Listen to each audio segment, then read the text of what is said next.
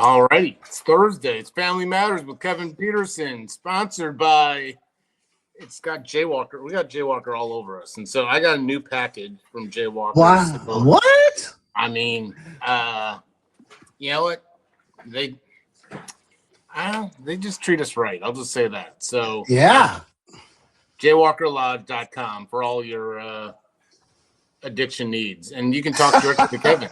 You can talk directly to Kevin. Just ask for Kevin. He loves just cold calling people 24/7. You know. Yeah, make sure it's like in the middle of the night. You know, he loves it. Yeah, that's right. Thanks, Jay. God, it's good to see you.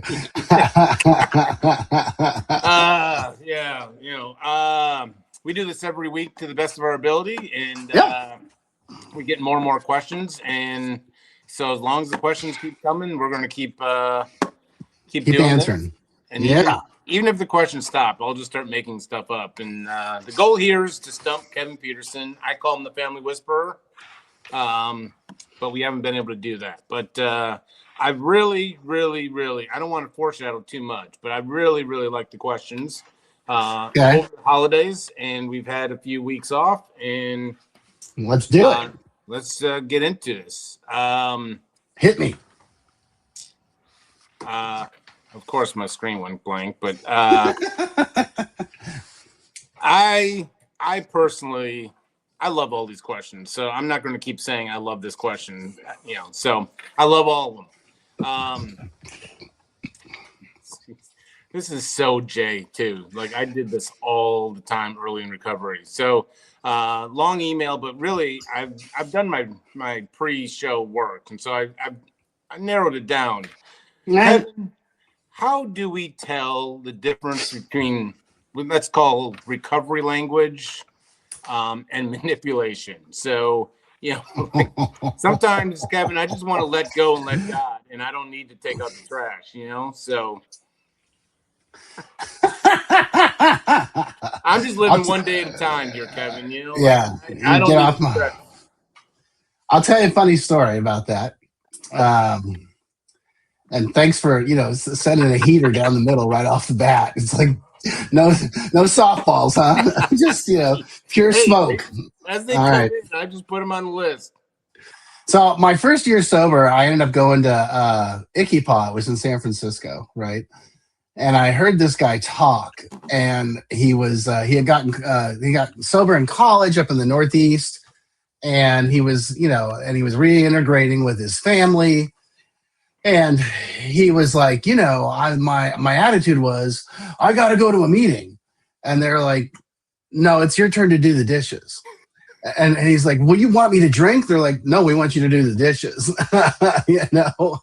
And he was like, you know, I had to check myself and realize that I was trying to use my recovery as my trump card to do whatever, get out of whatever. And I was like, oh man, I can totally see that. I mean, I see it and done it and been there, and have clients that do that. Well, you don't understand. And I'm like, so I do understand. And I understand that your recovery needs to absolutely come first, but you know, you also need to be tending to your home. There's a great line in the big book that says, you know, recovery, I mean, I can't remember, it's like recovery is great, but the real test is how we're doing at home. How do we treat, you know, wife, husband, kids, work? You know, how are we showing up? It's that second half of the first step. You know, sure, we're powerless over alcohol, drugs, fill in the blank, and our lives have become unmanageable. Okay, so I'm sober. Yay, rock on, fantastic. Is your life becoming more manageable, and are you being reintegrated back into life? You know. And are you of use? And now look, I'm going to be Mr. Big Book today. And then we go into the bedevilments on page 52, where we start asking those questions, right? You know, am I of use to other people? You know, am I helpful? Am I kind? And that's why a guy that I looked up to tremendously, Don Pritz, used to say, God got us sober to reintegrate us back into life, not to hide in a meeting. And everybody can look good in a meeting, but come to my house at 6 a.m. and see how things are flowing. That's how you'll see what's going on around here. And I agree. It's great that you're sober. Rock on, go get them. But remember that you're part of a family and a part of a family system, and you need to be contributing to that family system. Yeah, and this is obviously, I mean, you're coming off more often than not. If you're going to meetings, it means you're not coming in on a winning streak, and so there's probably lack of trust and lack of pretty much everything on the family's perspective. And sometimes, I know I'm guilty of it, using, I got to go to a meeting, or I got to do all this, I got to meet my sponsor, covering up some shady business. Let's flip it around. What's a healthy thing to kind of, for the families to communicate, saying, hey, we're not really aware of all this language and stuff. We just want to make sure you're doing all right. Is there a way of kind of communicating and saying, like, hey, you're hitting us with a lot of one-liners, but how are you really doing? Oh, yeah, absolutely. I think that, the family, this is where family therapy would come into play, or a family meeting once a week would come into play, where it's just sitting down and saying, hey, I know we're all Zooming one way or the other, but let's find a time. And maybe it's at dinner, every night, or it's Friday night pizza and movies or whatever. And just saying, hey, how's everything going? Where you at? And not focusing it all on the guy, but everybody comes forward with, oh, here's where I am. Here's what I've been troubled with. Here's how I'm doing. And then having everybody. And then if you start to get sort of the platitudes, right, and the superficial stuff, say, I got to be honest with you, it feels a little superficial.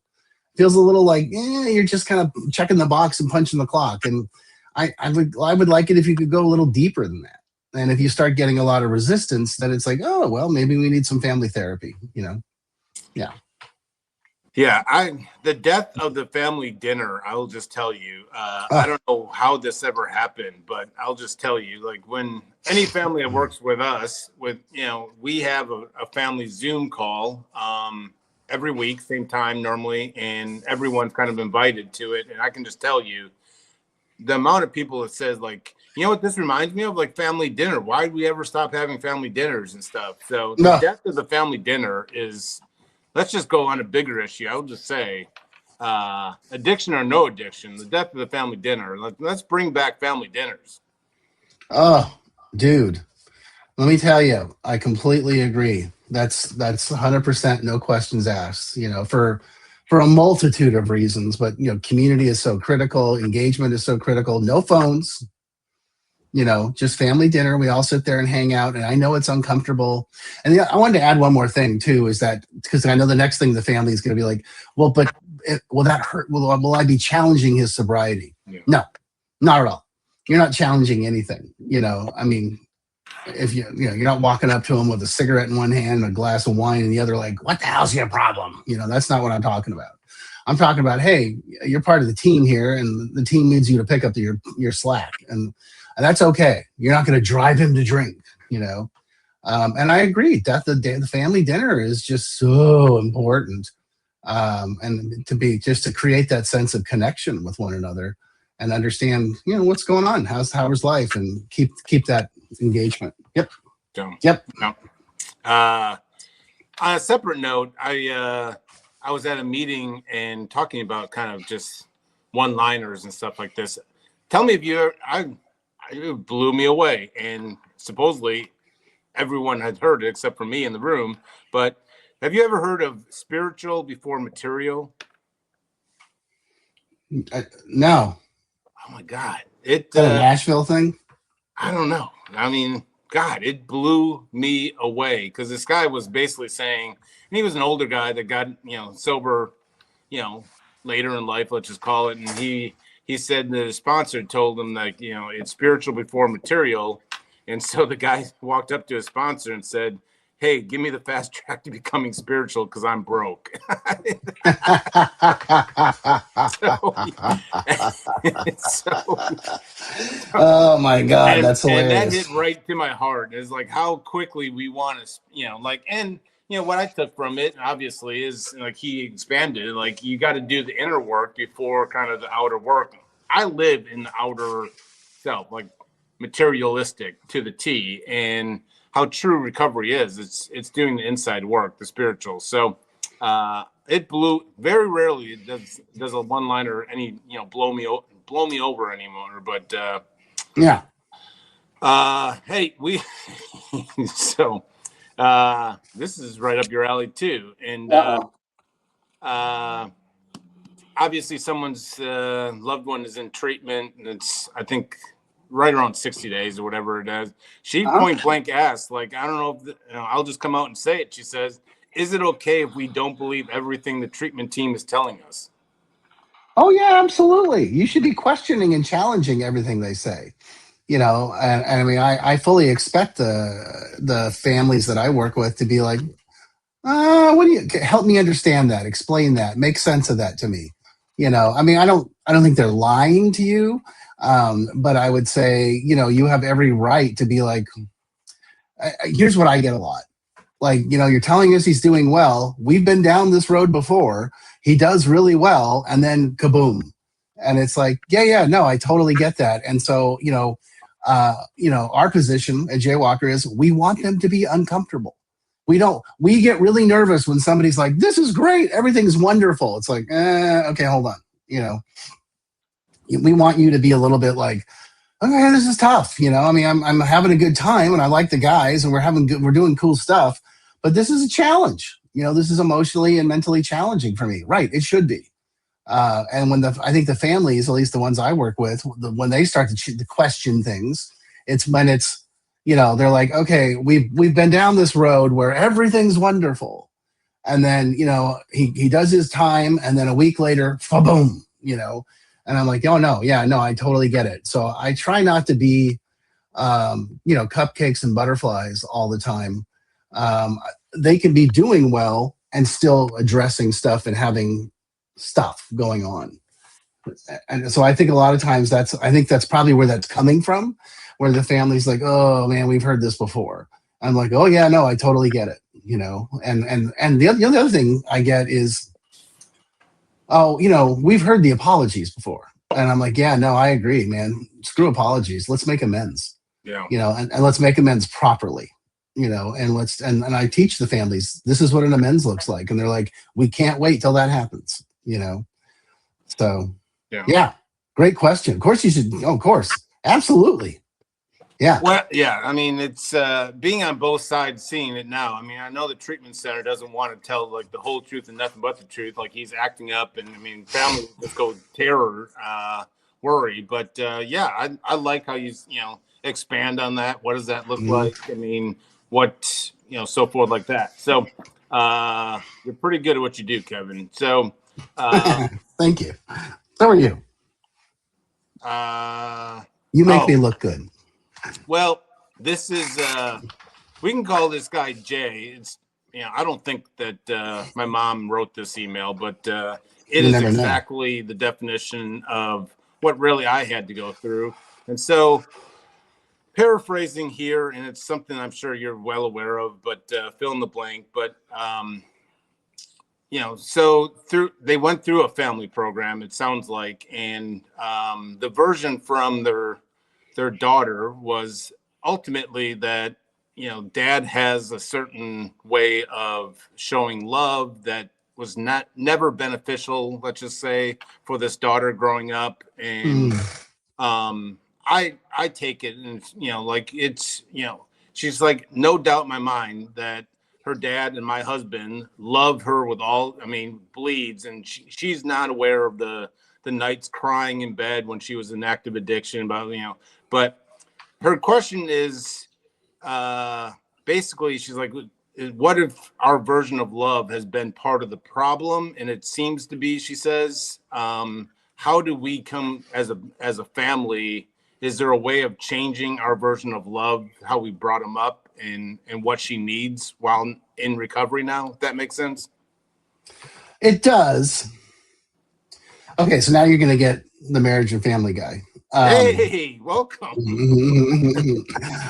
I get a little nervous and a little concerned when I hear someone who's in treatment come back to the family and say, you screwed me up by the way you did this. Mm. And I'm like, okay. I'm like, what? Now, so dad may be, a little more stoic, right? Or, he shows love by, paying the bills and putting you in treatment and paying for college. And he doesn't, he's not touchy feely, and that's okay. That's dad's way. We're not, this isn't about, everyone has to accommodate me. I think this is about learning to appreciate each other. And then I would say in family therapy, I would say, okay, well, person, what does this mean? What are you talking about? And where are you coming from on this? And then dad, well, what do you think about that? How's that make you feel? And kind of walk our way through that and be like, well, this isn't about telling everybody else they have to change. This is about learning to respect each other and work with each other. And maybe what comes of it is I would like some more hugs and some more I love yous. Okay, dad will work on that. And, dad might be like, and I'd like you to be more accountable, and it kind of feels like, I hear this all the time. Well, now he's in treatment and everything's our fault. And I'm like, yeah, that's crap. That's crap. Now, nobody gets a free pass. Everyone gets held accountable. So, the person in treatment's going to be looking at their stuff. The family needs to be looking at their stuff. And we all come to the table with that position of I'm being accountable and looking at me, and I'm going to try to do better. And yeah, I don't know if I answered the question properly or it made sense, but I totally get where they're coming from. But I'm also like, oh man, that sounds to me like you're blaming your parents for XYZ, Yeah. And it's not to say I'm not saying they're wrong, but I had a therapist one time look at me. It's like, Kevin, you're 40 years old. How much longer are we going to talk about your mom? And do you want to get better? And I was like, huh? He's like, well, if you want to get better, we can get better. If you just want to come in here and bitch about your mother and your wife, we can do that too. And I was like, oh, damn. And so, they are who they are, right? The parents are your parents.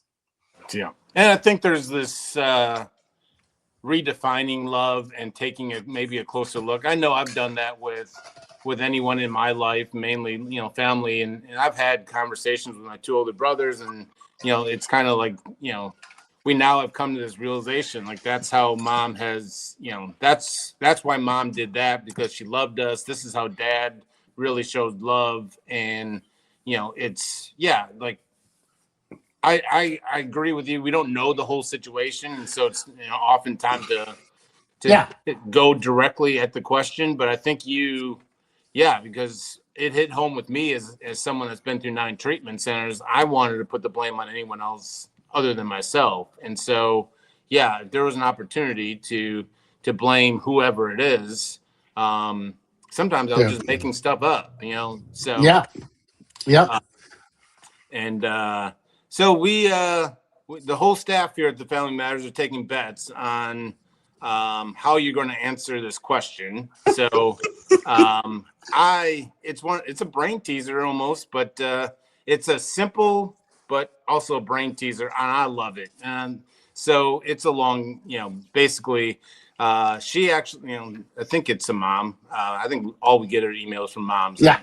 But so she wants to point out that we have got her thinking about, they need to change as a family because, this, I think it's a son, been in and out of treatment and so forth like that. And she goes, question is fairly simple and straight to the point, but I doubt that it's as simple as I make it out to be. But she says, who's supposed to change more, them or us, Kevin? Oh my goodness, Jay.